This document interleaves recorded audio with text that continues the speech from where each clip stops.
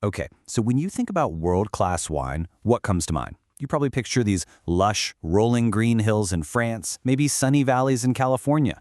But what if I told you that some of the most exciting wines on the planet are being grown in a place that looks, well, more like the surface of Mars?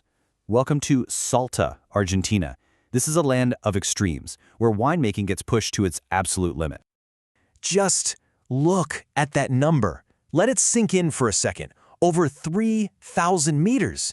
That's nearly 10,000 feet above sea level. We're talking about some of the highest vineyards on Earth. And let me tell you, at these heights, the normal rules of winemaking, they don't just bend, they completely shatter. And that brings us to the big mystery, right? How can a place that's this harsh, this high, well, extreme, produce wines that people rave about for their elegance, their incredible aromas, and their complexity? It sounds impossible, but the answer is actually hidden inside the challenge itself. All right, so to crack this case, we've got to understand what I call the altitude code. It's this totally unique mix of environmental factors that creates Salta's one-of-a-kind terroir. And terroir, if you're not familiar, is just the wine world's way of saying how a specific place, its climate, its soil, everything, shapes how a wine actually tastes. First up, the big one, altitude. But it's so much more than just a number on a sign. See, up here, the air is thinner, and the sun's UV radiation is way more intense. So what do the grapes do? They go into self-protection mode, growing thicker skins. And guess where all the good stuff is? Yep, in the skin. That's what gives Salta's wines their deep, rich color. Their structured tannins, that's the stuff that gives red wine that grippy feeling.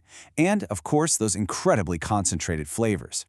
Next, we have to talk about the sun.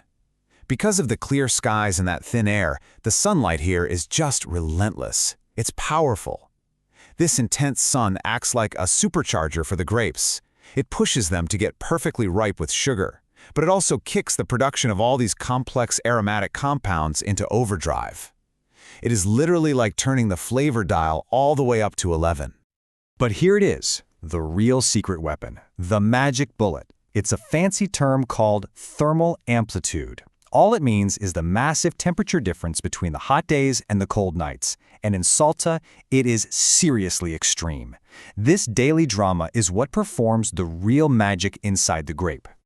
And check this out, here's exactly how that magic trick works. All day long, under that intense sun, the vine is working its tail off, building up sugars and color, creating all that richness.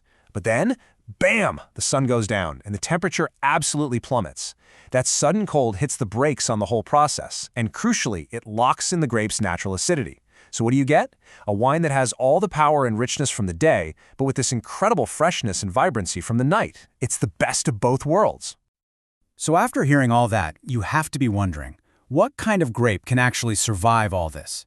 I mean, this environment is not for the faint of heart. It takes a true champion to thrive in a terroir this demanding. And the undisputed, hands-down white grape superstar of Salta is Torrontés.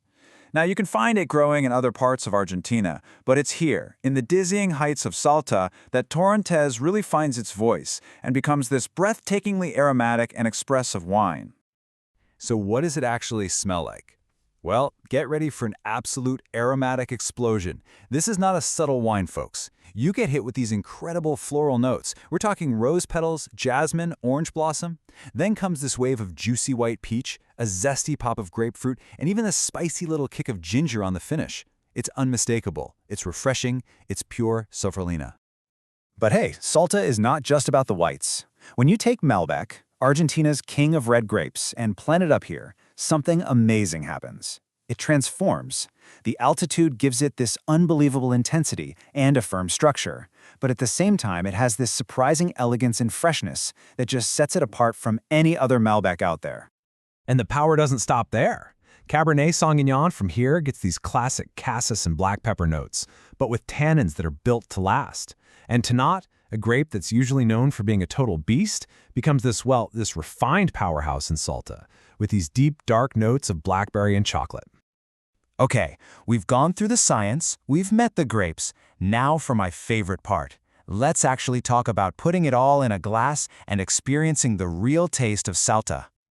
You know, you can't really talk about these wines without talking about the food. They're just made for each other. Imagine starting with some classic empanadas salteñas. That crisp floral torrentez just cuts through the rich filling perfectly. Then for the main event, a traditional asado barbecue. You absolutely need that structured, intense Malbec to stand up to the grilled meat. And to finish, some fresh local goat cheese with a dry rosé. Just sublime. But look, tasting Salta is about so much more than what's in your glass. To really get it, you have to go there. The wine tourism is just unforgettable.